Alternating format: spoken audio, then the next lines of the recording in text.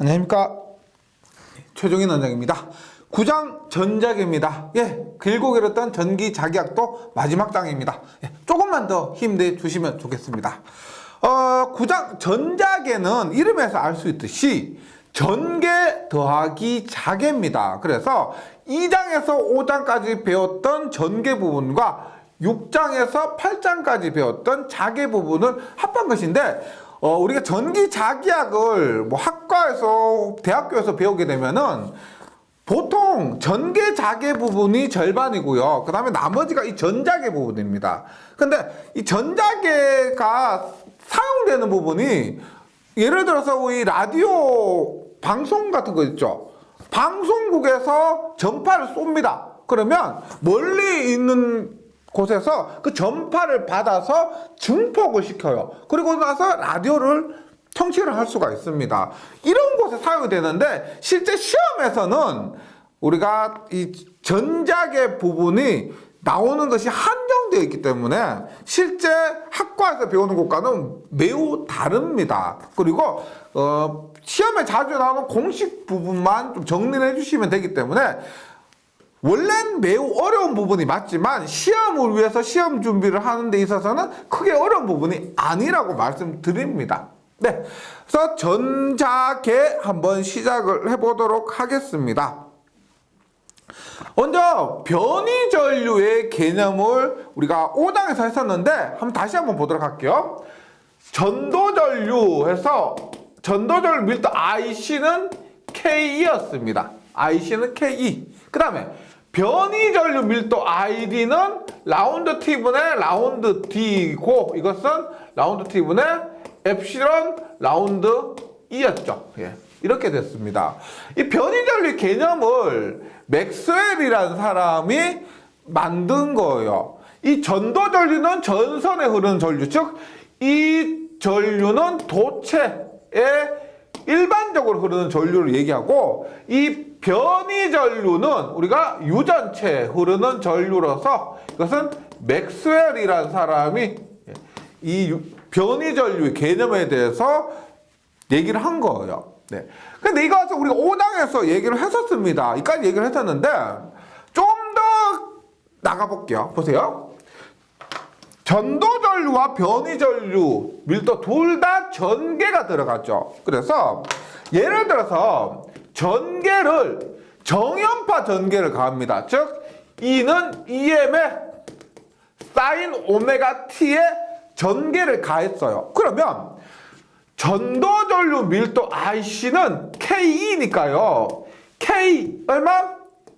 EM에 사인 오메가 T인데, 이것을 우리가 회로 이뤄내서 극형식으로 나타내면은 K 의 사인 오메가 T 위상이 0도입니다. 그래서 K의 0도 이렇게 나타낼 수가 있습니다.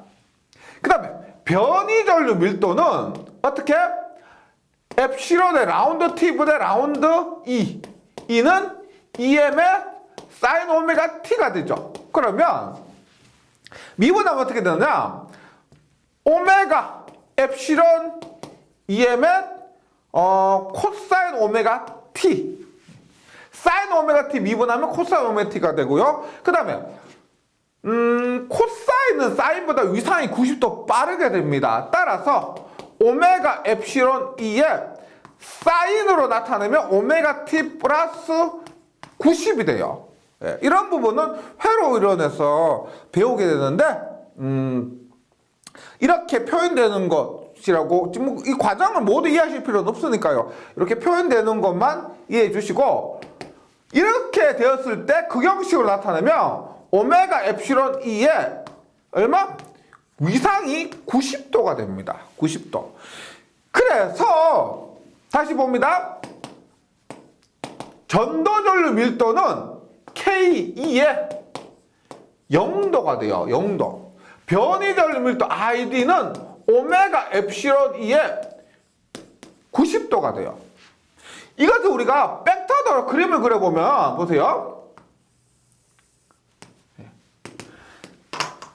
IC는 어떻게 된다? KE가 돼요. IC는 0도요. 0도. 이것이 IC가 됩니다. IC. 그 다음에 변이 전류 밀도는 오메가 엡실론 2의 위상이 90도가 됩니다. 90도. 그러면 90도 앞서니까 얘가 ID가 돼요. 그러면 전체 전류는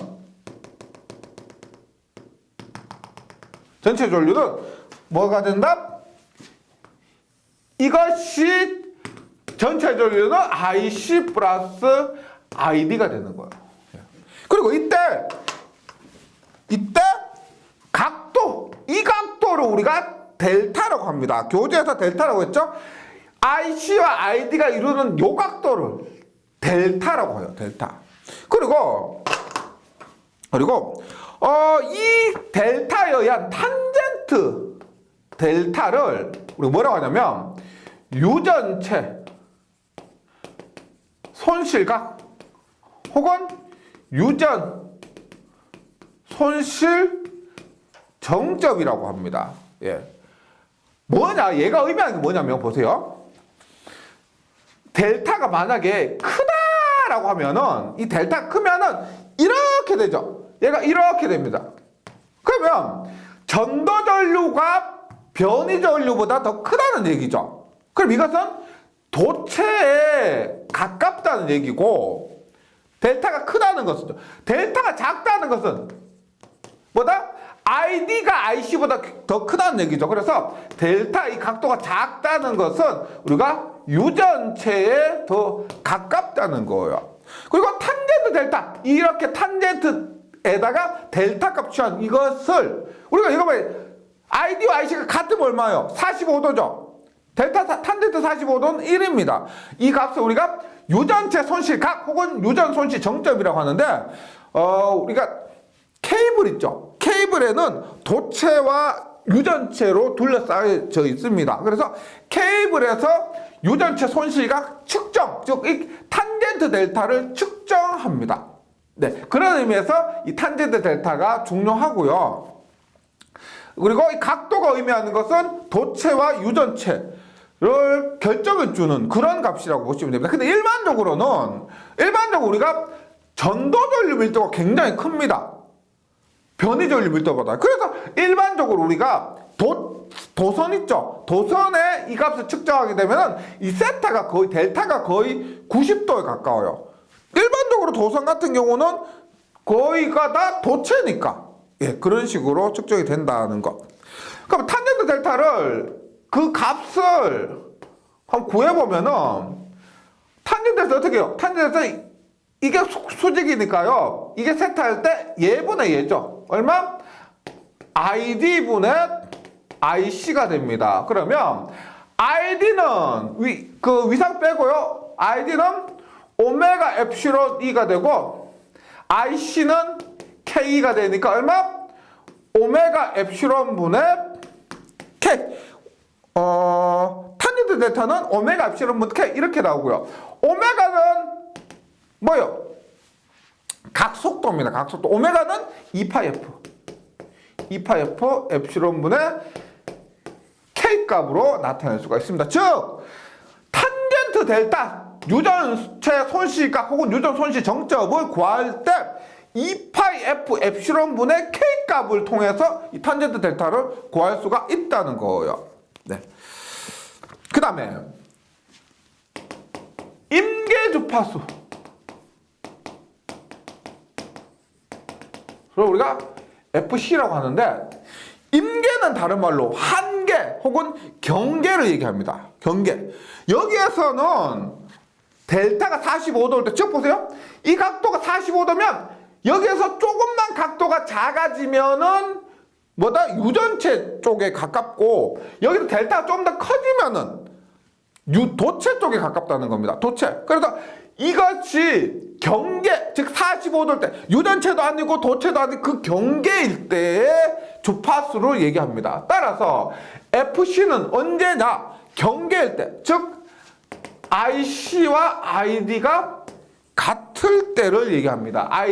IC와 ID가 같을 때. 그럼 얼마요? IC는 K였고 K와 ID는 얼마?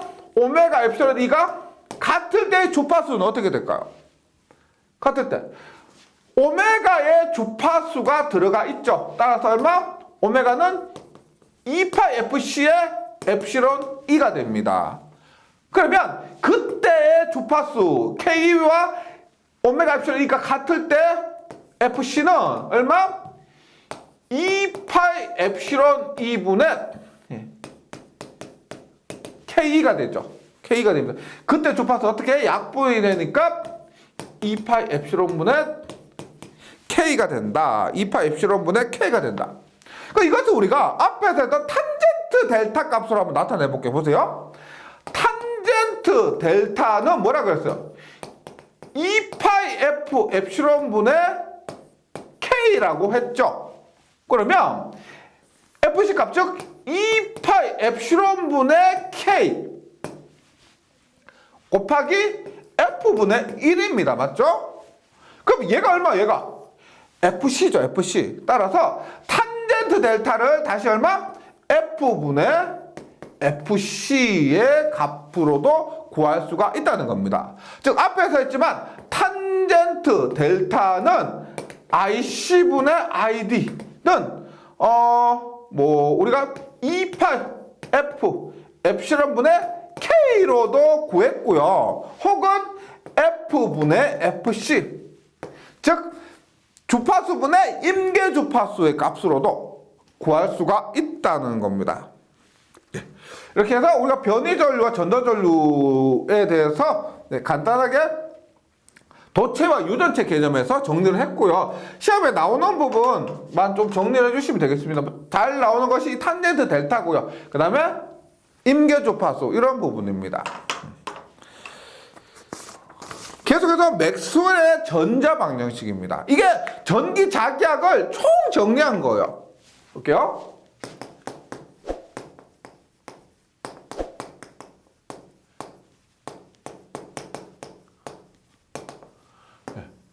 맥스웰의 전자 방정식인데 결론부터 얘기하면 이런 겁니다. 앞에서 배웠던 공식 중에서 중요한 4가지 공식을 가지고 유도를 합니다. 정리를 하면은 전파와 자파에 대한 최종 결과식이 얻어져요. 그 최종 결과식으로 우리가 전자파를 해석을 할 수가 있다는 겁니다. 그래서 일단 맥스웰의 전자 방정식에 필요한 공식 4가지가 뭐냐? 첫 번째 2장에서 배웠던 겁니다. 전송 밀도에 대한 가우스 정리.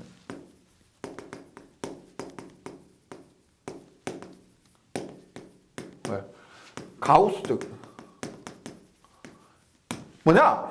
여기서 고립된 전하는 존재 가능하다. 고립된 전하는 존재 가능함. 즉 플러스 Q 하나, 마이너스 Q 하나 따로 존재 가능하다는 겁니다. 이것을 우리가 식으로 쓰면 다이버전스 D는 로브, 전송 밀도는 발산한다. 즉 플러스 Q 하나만 존재하기 때문에 이것이 발산한다는 겁니다. 다이버전스 D는 로브. 그래서 가우스 정리의 미분형 있죠. 이것이 맥스웰 전자 방정식의 1번입니다. 이것을 우리가 미분형이 되고요. 적분형은 어떻게 나타낼 수 있느냐? 인테그랄 D의 DS는 인테그랄 로브의 DV는 전기랑 Q. 이런 식으로 얘가 미분형이고요. 얘가 적분형이라고 합니다. 맥스웰의 전자 방정식 1번. 두 번째, 자속에 대한 가우스 정리.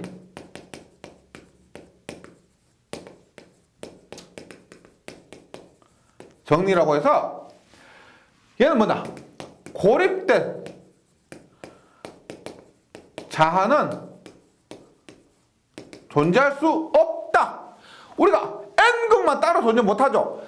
NS를 반으로 쪼개도 다시 NS가 되고 또 반으로 쪼개도 NS가 됩니다. 즉 전하는 고립된 플러스 Q, 마이너스 Q만 따로 존재할 수가 있지만 자하는 N극만 따로, S극만 따로 존재할 수 없다는 겁니다. 그래서 얘는 다이버전스 B가 자속 밀도를 발산할 수 없다. 얘는 회전하는 거죠. 로테이션 H입니다. 로테이션 H는 I입니다.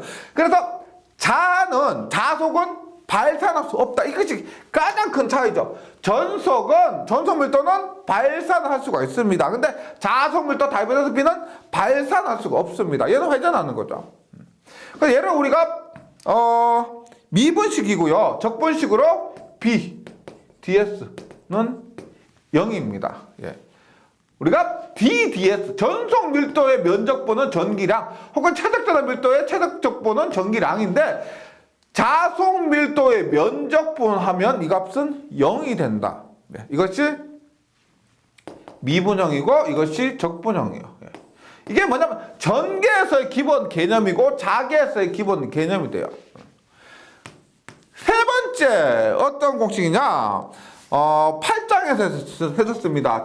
맥스웰의 전자 방정식의 세 번째 기초 방정식이 뭐냐면 유명한 패러데이 법칙이죠.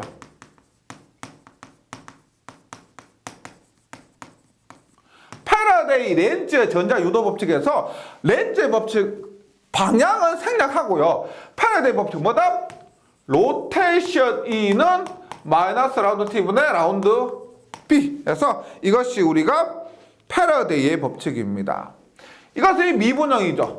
미분형이고 적분형은 뭐다? ED의 전개에서의 기전력이죠. 전개에서의 전위와 자개에서 라운드 T분의 라운드 B DS 이 같다. 이것이 패러데이 법칙이 맥스웰 전자 방정식에서 세 번째 기초 방정식이 됩니다. 네 번째는 뭐냐? 앙페르의 주의 적분 법칙 있죠.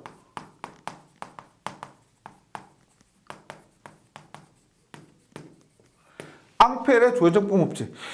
얘가 뭐냐? 우리가 로테이션 I는 로테이션 H는 자기의 회전은 전도 전류 밀도와 변이 전류 밀도를 발생시킨다 했을 때 전도 전류 밀도는 앞에서 했지만 KE, 변이 전류 밀도는 라운드 T분의 라운드 T, 혹은 이 값을 엡실론 라운드 T분의 라운드 E로 들 수가 있습니다. 예. 그 다음에 이것이 미분형이죠. 적분형은 뭐냐면 H, DL은 I죠. I를 조금 더 다르게 쓰면 전류 밀도 곱하기 전류 밀도의 면적분, 이게 I죠. 그래서 적분형이고 미분형입니다. 이 부분은 앞에서 했던 부분에 대한 그 복습 차원이라 보시면 되고요. 다시 말씀드리지만 맥스웰의 전파 방정식이 있습니다. 그 전파 방정식을 유도하려면은 이 칠판을 2번, 3번 지워야 돼요. 그 과정 우리가 시험을 준비하기 위해서 할 필요는 없고, 그 전파 방정식을 유도하기 위한 기초 방정식이 4가지가 이 4개입니다. 즉 전속 밀도에 대한 가우스 정리, 자속 밀도에 대한 가우스 정리, 패러데이의 법칙과 앙페르의 적분 법칙이 맥스웰의 전자 방정식의 기초 방정식 4개가 되고, 이 방정식을 토대로 최종적으로 전자파의 파동 방정식이 있습니다. 전자파의 파동 방정식이 뭐냐? 어차피 결과 외워주셔야 되고요. 전자파의 파동작용 방정식은 전파 방정식과 자파 방정식으로 이루어져 있습니다. 전파 방정식은 전개에 대해서 라플라시안입니다. 전개를 2번 미분한 라플라시안은 우리가 여기 똑같아요.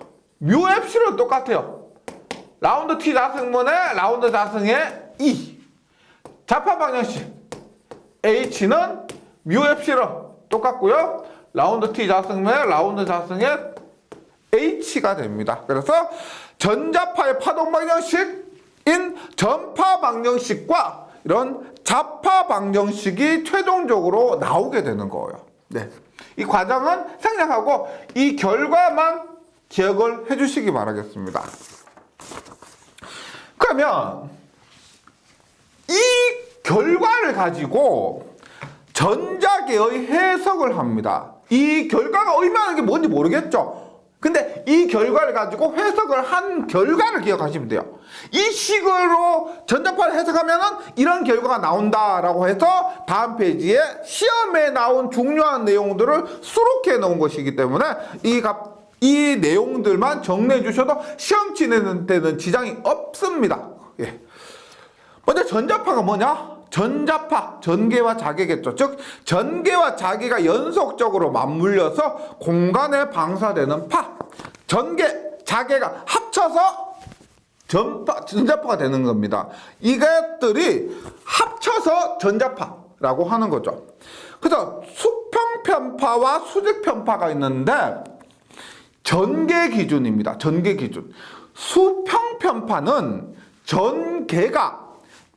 전개의 벡터가 대지와 수평으로 형성되는 파. 전개가 대지와 수평으로 형성되면 수평편파고요. 자개 아니고요. 전개가. 그 다음에 수직편파는 뭐냐? 전개가 대지와 수직으로 형성되는 파를 수직편파라고 합니다. 다시 전개 기준으로 보시면 되겠습니다. 그 다음에 이렇게 해석했을 때 가장 기본되는 파가 뭐냐면 기본적인 파가 평면 전자파입니다. 평면 전자파. 한번 보도록 할게요.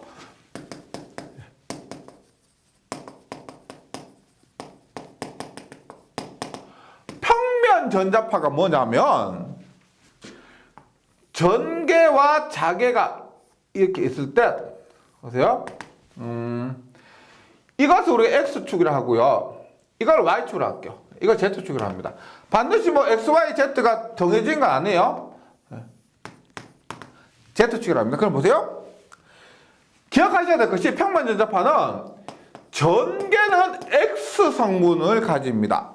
자개는 Y 성분을 가져요. 전개는 X 성분 가지고 자개는 Y 성분 가지면서 이것들이 합쳐서 전자파라 그랬죠. 전자파의 진행 방향은 어느 축 방향이냐? 전자파는 Z축 방향으로 진행을 하게 됩니다. 즉, 보세요.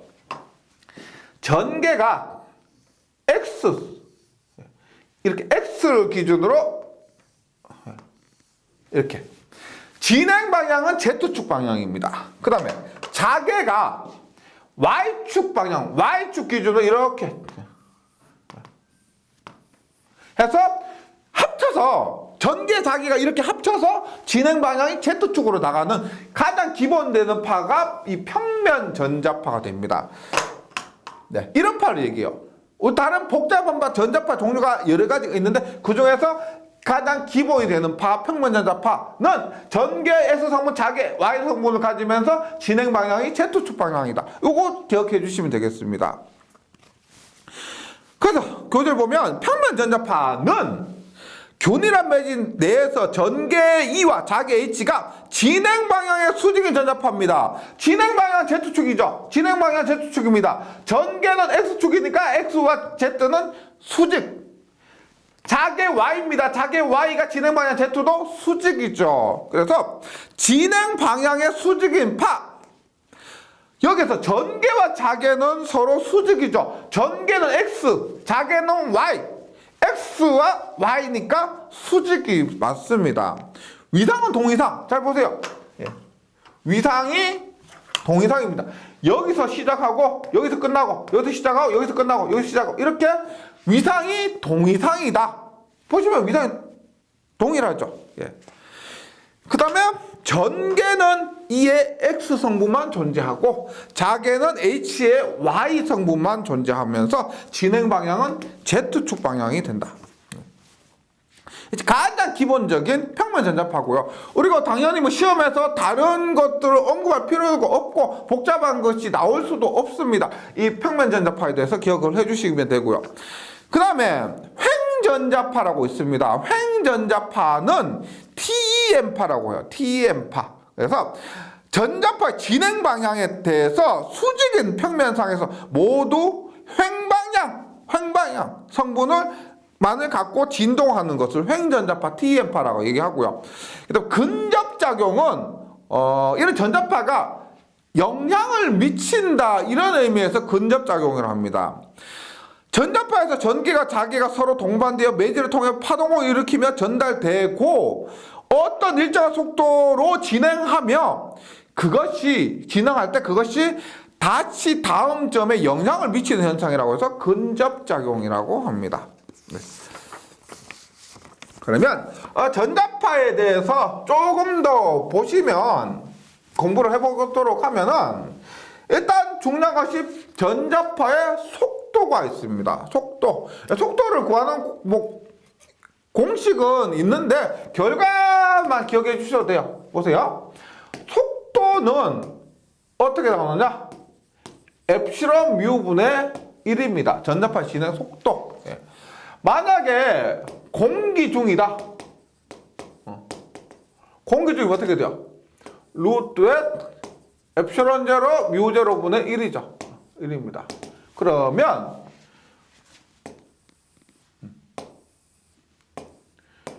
36파이분의 10의 마이너스 9승이죠. 엡실론 제로는. 뮤 제로는 4파이 곱하기 10의 마이너스 7승입니다. 분의 1 하면 공기 중에서는 이 값이 3 곱하기 10의 8승 미터 퍼 세컨입니다. 이게 뭐예요? 3 곱하기 10의 8승은 어릴 때 학교 다니면서도 들어보셨을 겁니다. 비트의 속도 있죠. 비트는 1초에 지구를 7바퀴 반 돈다 한 그 속도예요. 3 곱하기 10의 8승. 공기 중에서 전자파의 속도가 비트의 속도예요. 3 곱하기 10의 8승 미터 퍼 세컨가 됩니다. 그래서 외워주세요. 이러한 공식으로 주어질 수가 있고요. 혹은 이 값을 암기를 해 주셔야 되겠습니다. 그러니까 공기 중이 아니라면 어떻게 돼요? 엡실론 제로 엡실론 S 뮤 제로 뮤 S 분의 1이 되죠. 1이 됩니다. 그러면 얘는 엡실론 제로 뮤 제로 분의 1 곱하기 엡실론 S 뮤 S 분의 1이 되니까 어떻게 3 곱하기 10의 8승 곱하기 공기 중이 아니다, 물속이다, 나무다, 유리다 이렇게 되면 해당 유전율과 투자율을 대입할 수 있는 거죠. 해당된 물질의 비투자율과 비유전율, 즉 엡실론 S 뮤 S 분의 1 미터 퍼 세컨가 됩니다. 그래서 전자파의 속도 중요합니다. 시험에 잘 나온다는 거죠. 기억을 해주시고 그 다음에 고유 임피던스, 파동 임피던스, 특성 임피던스라고 표현되는 임피던스에 대해서 봅니다. 어때요? 고유 파동 고유 임피던스, 파동 임피던스, 특성 임피던스라고 합니다. 했을 때 볼게요. 우리가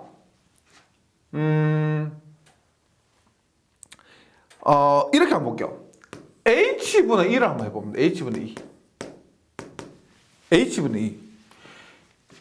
전개 2는 볼트 퍼 미터죠. 맞죠? 자개 2는 암페어 퍼 미터입니다. 그러면 어떻게 돼요? 메타가 약분이 되고 볼트 분의 암페어, 볼트 퍼 암페어가 되죠. 그럼 H분의 1을 하니까 볼트 퍼 암페어 얘 어디서 보셨죠? 옴입니다. 옴. 단위가 옴이에요. 그래서 H분의 1을 하니까 단위가 옴이 되더라. 그래서 자개분의 전개의 크기를 우리가 이것을 뭐라고 한다? Z0라 하고요. 고유 임피던스 혹은 파동 임피던스 혹은 특성 임피던스라고 합니다. 즉 Z0는 H분의 2가 돼요. 2. 단위는 옴이에요. 근데 이 크기가 어떻게 되느냐면 자 보세요. 이 크기도 에너지를 봅니다. 전개에 의한 에너지를 2분의 1의 엡실론 E의 자승이죠. 예, 우리 전개 부분에서 했고요. 자기에서 에너지 2분의 1의 뮤 H의 제곱이 됩니다. 그러면 전기에 의한 에너지와 자기에 의한 에너지가 같다면 보세요. 같으면 2분의 1 서로 약분해서 없어지죠. 없어지고 H의 제곱분에 얘가 넘어오면 H 제곱분에 E의 제곱은 넘어가죠. 엡실론분의 뮤가 됩니다. 엡실론 뮤. 그러면 얘 제곱이 얘니까 H분의 2는 루트의 엡실론분의 뮤가 되는 거죠. 루트 엡실론분의 뮤. 그럼 이것도 한번 계산해 볼까요? 엡실론 36파이분의 10의 마이너스 9승 뮤 얼마 뮤? 공기 중에서 4파이 곱하기 10의 마이너스 7승. 지금 얘기하는 건 공기 중입니다. 예. 계산하니까 120파이 혹은 377이 나와요. 377. 즉 정리를 한번 해볼게요. 정리 한번 합니다. 네.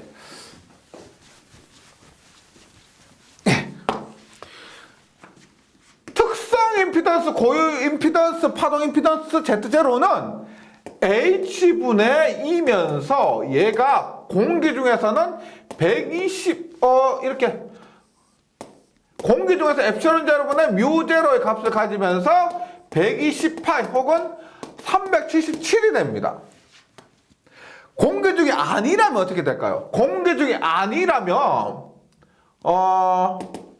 얘가 공기 중이 아니라면 엡실론분의 뮤가 되는데 얘는 엡실론 제로분의 뮤 제로의 엡실론 S분의 뮤 S가 되겠죠. 그럼 어떻게 된다? 377의 루트의 엡실론 S분의 뮤 S 이렇게 나올 겁니다. 공기 중이 아니라면은요. 네. 그 다음에 자개와 전개의 관계도 한 방에 나올 수가 있어요. 뭐다? 전개 2는 지금 여기에서 보세요. 전개 2는 공기 중에서 얼마? 377H. H가 넘어가니까 377H. 자기 H는 어떻게 돼? H는 넘어가니까 377분의 2가 됩니다. 377분의 2라면 얼마가 된다? 2.65 곱하기 15의 마이너스 3승이에요. 이런 식으로 표현됩니다. 그러니까 우리가 앞에서 쫙 전개, 자개 뭐고 뜯을고 했는데 결과적으로 전개와 자개 관계가 이렇게 한 방으로 나올 수가 있다는 거죠. 전개는 자개 377배고 자개는 전개 377분의 1배다. 이렇게 특성 임피던스를 통해서 구할 수가 있다는 겁니다. 전개와 자개의 관계를요. 그게 교재에 있는 내용들입니다. 그 다음에 포인팅 벡터를 보도록 할게요. 포인팅 벡터.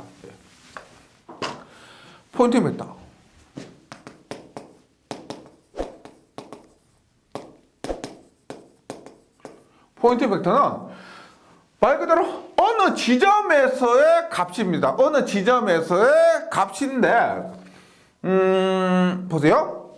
앞에서 H분의 2를 하니까 특성 임피던스가 이렇게 나왔죠. 전기와 자개를 나눠보니까. 근데 전기와 자개 한번 곱해볼까요? 전개와 자개를 곱합니다. 그냥 곱해볼게요. 이 H는 전개 단위 볼트 퍼 미터, 자개 단위 암페어 퍼 미터. 뭐가 나와? 전기와 자개 곱하니까 전압 곱하기 전류죠. 전압 곱하기 전류는 와트, 전력. 그 다음에 미터 곱하기 미터는 제곱미터. 그래서 E와 H를 곱하니까 얘가 뭐다? 면적당 전력이 됩니다. 면적당 전력. 이렇게 보시면 돼요. 우리가 서울에 있는 방송국에서 100kW의 전력을 쐈어요. 100kW만큼의 전력을 우리가 전자파를 만들어서 쐈습니다. 근데 예를 들어 100km 떨어진 지점에 잘 모르지만 인천 정도에서 그 전파를 받았습니다. 그러면 쏠 때는 100kW의 전력을 쐈지만은 인천에서 만약에 전력을 받았다고 했을 때는 1제곱미터당 10mW 이 정도의 전력을 받았겠죠. 그러면 이만큼의 전력을 받아서 어떻게 가만히 있는 거 아니죠? 어떻게? 이 신호를 증폭을 해서 방송으로, 라디오로 청취를 할 수가 있다는 겁니다. 네. 이런 개념에 의해서 포인팅 벡터는 뭐냐면, 포인팅 벡터는 단위 나왔죠? 면적분의 전력이에요. 면적분의 전력인데, 포인팅 벡터를 우리가 이 전력의 기호가 P니까 포인팅 벡터 기호를 우리가 A라고 나타내거나 다른 기호로 나타낼 수가 있습니다. 중요한 것은 뭐냐면 포인팅 벡터는 면적분의 방사 전력이에요. 그런데 이것이 면적분의 방사 전력이고 이것을 제가 포인팅 벡터라고 해요. 근데 이것을 어떻게? 전개와 자개는 크로스하죠. 전개의 X성분, 자개의 Y성분입니다. 앞에서 평면전자파를 보셨을 때 전개와 자개의 크로스. 그러면 EH가 되는 거죠. 예. 그래서 교재에 보시면 포인팅 벡터란 전자계 내의 한 점을 통과하는 어느 한 점을 통과하는 단위 면적당 전력을 포인팅 벡터라 하는데, 일반적으로 포인팅 벡터를 P라고 하거든요. P라고 하는데 공식에서 P는 S분의 P 말이 안 되죠. 그래서 포인팅 벡터는 면적분의 방사 전력이다고 외워주시고, 포인팅 bek터는 E 크로스 H, 얘가 전력이 나갈 때 전개와 자개가 서로 이렇게 크로스돼서 나간다고 했죠. 평면전자파 생각하시면 됩니다. E 크로스 H인데 전개와 자개는 수직이기 때문에 EH 사인 세타죠. 사인 세타인데 이루는 각도 세타가 90도니까 EH가 되는 겁니다. EH가 되고, 그러면 얘는 면적으로 봤을 때는 이 면적은 9의 건널비가 되죠. 9의 건널비라서 4파이 R의 제곱분의 전력, 이런 식으로 정리할 수가 있습니다. 포인팅 벡터는 E 크로스 H 혹은 EH 사인 세타인데 이루는 각도 90도니까 EH로 나타내고요. 그 다음에 면적당 전력으로 나타낼 수가 있습니다. 단위는 와트 퍼 제곱미터요. 와트 퍼 제곱미터. 그 다음에 전자계의 단위 최적당 축적된 에너지는 굉장히 그 값이 작습니다. 전개에 의한 에너지는 전개에 의한 에너지 2분의 입실은 2의 제곱과 자개에 의한 에너지 2분의 1의 UH의 제곱. 여기에서 전개는 우리가 377H, 자개는 377분의 2. 이 관계를 갖고 정리를 하면은 엡실론 뮤분의 엡실론 뮤의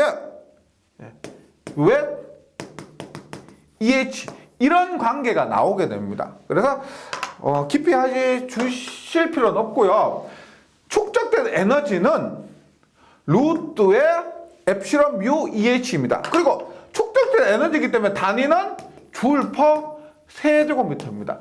1세제곱미터당 이만큼의 에너지가 축적되는데 굉장히 작죠. 왜? 루트 엡실론 뮤분의 1이 3 곱하기 10의 8승이니까 루트 엡실론 뮤는 3 곱하기 10의 8승분의 1입니다. 거기에다가 전개와 자개를 곱한 것이기 때문에 이 에너지는 크지 않습니다. 공식만 기억을 해주시기 바라고요. 그 다음에 파장이 있습니다. 파장은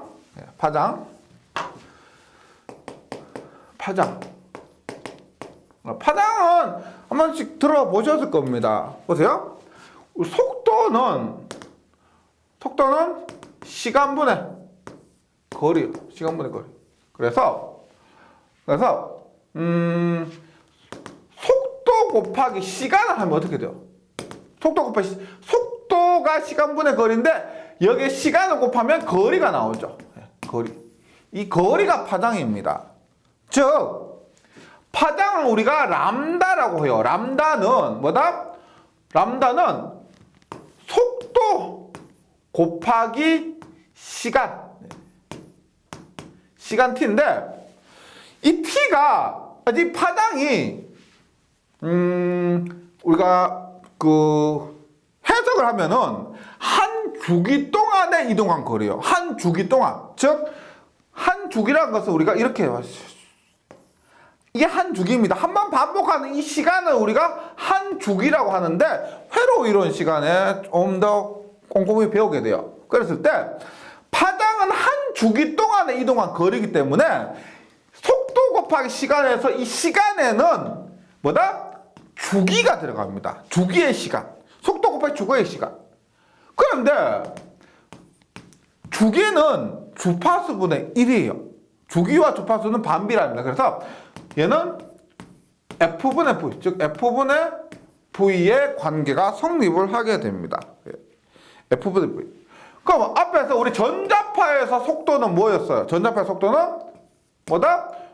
루트 엡실론 뮤분의 1이죠. 지금 전자파 얘기하고 있기 때문에 V는 루트 엡실론 뮤분의 1이 됩니다. 1이 되고요.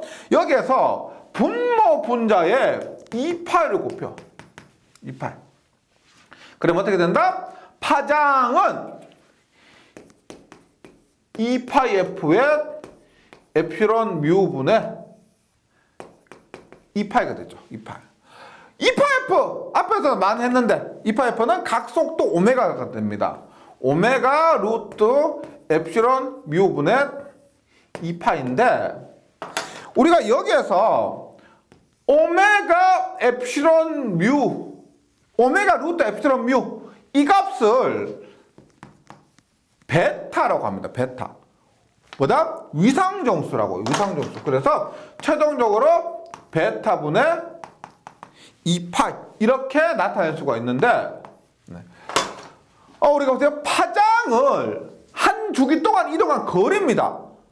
그러니까 예를 들어서 빛이 한 주기 동안 이동한 거리를 얘기하는 거죠. 그 파장이 일단 속도 곱하기 주기인데, 속도 곱하기 주기인데 이 값들이 이렇게 주파수분의 속도 혹은 이런 식으로 최종적으로 이렇게 베타분의 2파 이 값을 암기해 주셔야 돼요.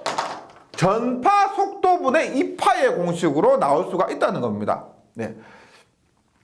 그런데 베타가 뭐냐면 우리가 회로 이론 시간에 이것도 자주 나오는데 회로 이론과 작약이 공통적으로 출제되는 문제가 종종 있습니다. 감마는 알파 플러스 J 베타예요. 여기에서 감마는 전파 정수 혹은 여기 든 것처럼 전송 개수 전송 개수로 합니다. 즉 입력해서 보냈습니다. 보냈을 때 그 전송 개수는 출력해서 받았을 때 알파 플러스 J 베타로 나오는데 알파는 뭐냐면 감쇄 정수요. 크기가 얼마나 줄어들었느냐, 크기가 어떻게 변했느냐. 그 다음 베타가 위상 정수입니다. 위상 정수. 보낸 것에 비해서 위상이 얼마나 변했느냐를 얘기하는 것이에요. 그래서 감마는 알파 플러스 J 베타에서 전파 정수는 감쇄 정수 플러스 J의 위상 정수인데 지금 여기서 얘기한 베타가 있죠. 이 베타가 위상 정수 베타를 얘기합니다. 이 부분에 있어서 제가 말씀드린 공식만 좀 정리해 주시고요. 그 다음에 최종 결과만 해주시지 굉장히 복잡한 부분이거든요. 그래서 머리 아프게 깊이 들어가시진 않으셔도 됩니다. 자주 나오는 부분만 정리해 주시면 돼요. 네. 여기까지 잘 정리해 주시고 저는 문제풀이 시간에 다시 뵙도록 하겠습니다. 수고하셨습니다.